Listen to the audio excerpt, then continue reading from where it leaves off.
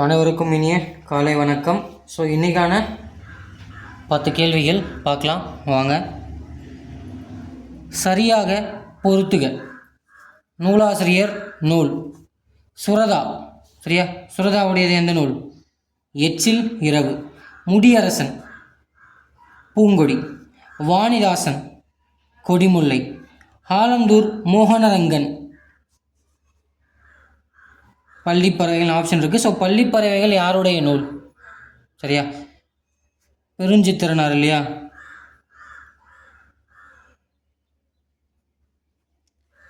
இங்கே ஆப்ஷன்ஸில் வேறு இல்லை, அதுதான் இருக்குது. அதனால் அதை சூஸ் பண்ணியிருக்கோம். பள்ளிப்பறவைகள் பெருஞ்சித்திரனாருடைய நூல் இல்லையா?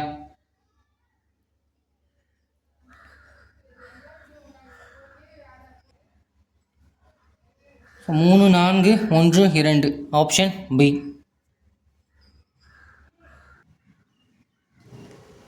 செகண்ட் கொஸ்டின் பாருங்கள்.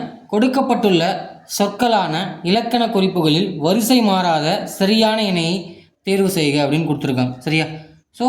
மடக்கொடி. மடக்கொடினா என்ன பொருள்? இளமை பெண், இளமையான பெண். சரியா? இளமையான பெண்ன்றது எதில் வரும்? அன்மொழி தொகையில் தான் வரும் இல்லையா? அவ்வூர், ஆவை எடுத்துட்டாலும் ஊர்னு ஒரு பொருள் இருக்குது இல்லையா? அதனால் அது செய்மை சுட்டு. Second question option A. சரியா? வேற்றுமை உருபுகள் பொறுத்து பிறந்த அன்மொழி தொகைன்னு சொல்லுவோம் இல்லையா? அடுத்த கொஸ்டின் போகலாம்.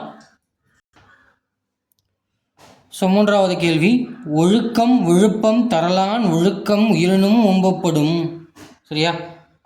ஒழுக்கம் விழுப்பம் தரலான் ஒழுக்கம் உயிரினும் ஓம்பப்படும். இதில் பயின்று வரும் மோனை சொற்களை தேர்க அப்படின்னு கொடுத்துருக்காங்க. மோனைனா என்ன? முதல் எழுத்து ஒன்றி வருவது மோனை இல்லையா? இது எதுகை, ஏன்னா இரண்டாவது எழுத்து ஒன்றி வருது. நம்ம கேட்டிருக்கிறது இங்கே மோனை தான் கேட்டிருக்காங்க. Option A.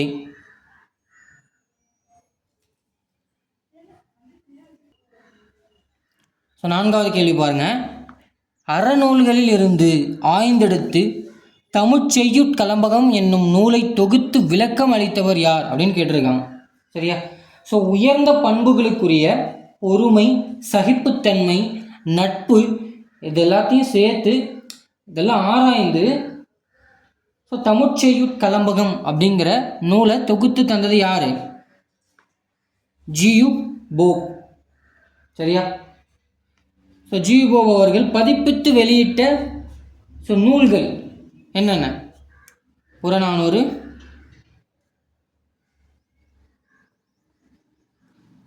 திருவொருட்பயன். சரியா? இன்னொரு நூல் இருக்கு. அதை கமெண்ட் செக்ஷனில் கமெண்ட் பண்ணுங்க.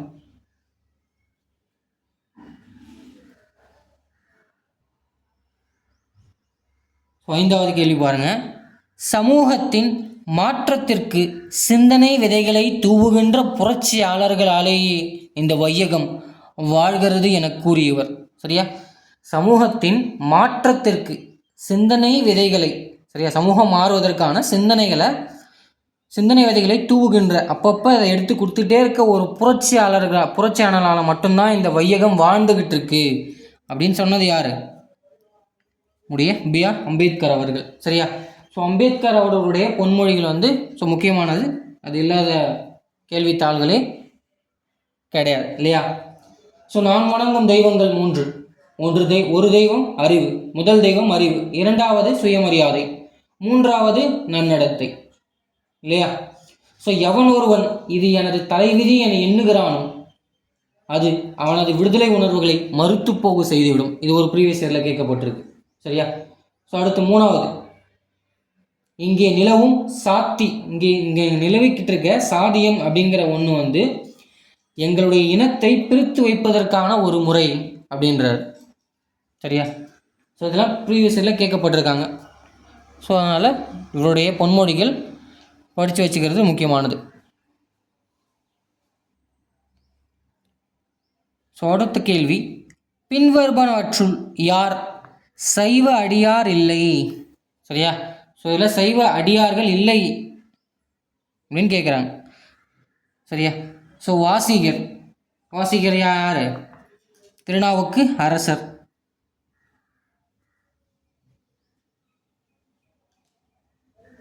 சரியா? ஸோ மொருளிக்கியார், அப்பர், வாசிகர். சரியா? இது எல்லாமே என்ன யார் தான்? திருநாவுக்கு அரசர் தான். சரியா? ஆளுடைய பிள்ளை திருஞான சம்பந்தர்.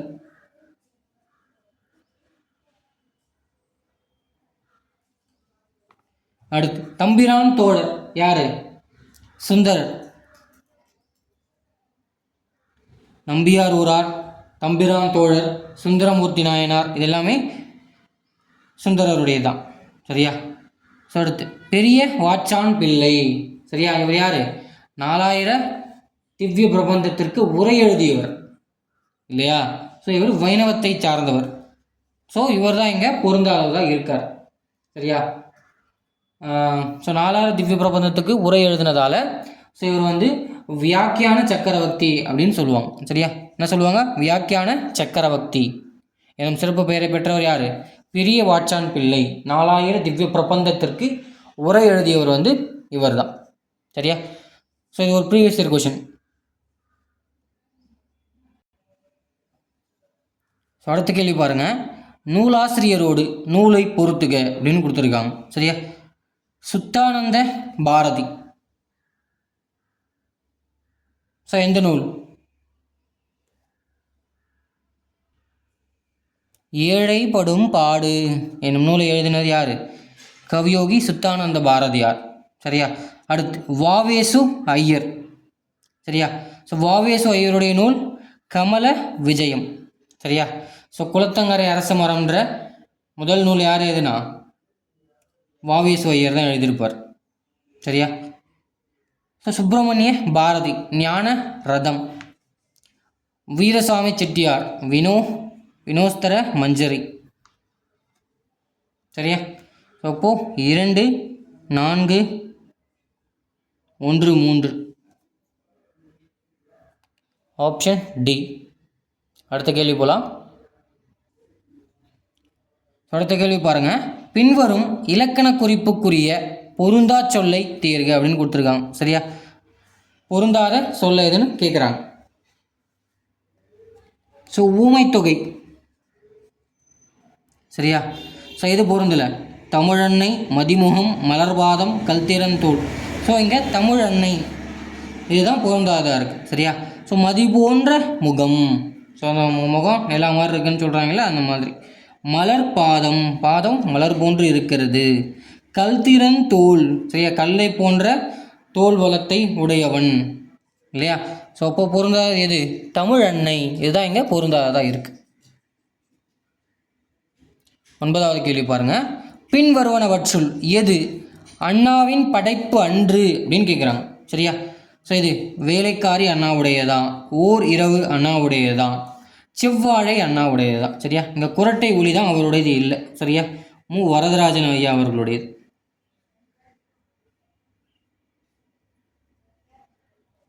ஸோ இங்கே பொருந்தாதது ஆப்ஷன் சி. ஸோ 10வது கேள்வி பாருங்கள். பின்வருவனவற்றுள் எவை இணை இல்லை அப்படின்னு கொடுத்துருக்காங்க. சரியா? ஸோ எது இணையலை ஒழுங்கா அப்படின்னு கேட்குறாங்க. ஸோ முதற்கலம்பகம் நந்தி கலம்பகம் சரிதான். முதல் பரணி தக்கையா பரணின்னு கொடுத்துருக்காங்க பாருங்கள். தக்கையா பரணின்னு ஒன்று இருக்குது. ஆனால் முதல் பரணி எது?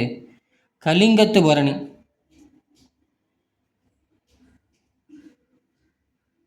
யார்? ஜெயங்கொண்டாரால் இயற்றப்பட்டது. சரியா? ஸோ அடுத்து ஸோ இதுதான் இங்கே இணையில். 3வது முதல் நாவல் பிரதாப முதலியார் சரித்திரம் இல்லையா? அடுத்து முதல் உலா. முதல் உலா எது? திருக்கைலாய ஞான உலா. சரியா? ஸோ இன்றைக்கான 10 கேள்விகள் பார்த்துட்டோம். ஸோ நன்றி, வணக்கம். வீடியோ பிடிச்சிருந்தால் லைக் பண்ணுங்கள், ஷேர் பண்ணுங்கள், கமெண்ட் பண்ணுங்கள், முக்கியமாக சப்ஸ்கிரைப் பண்ணுங்கள். நன்றி.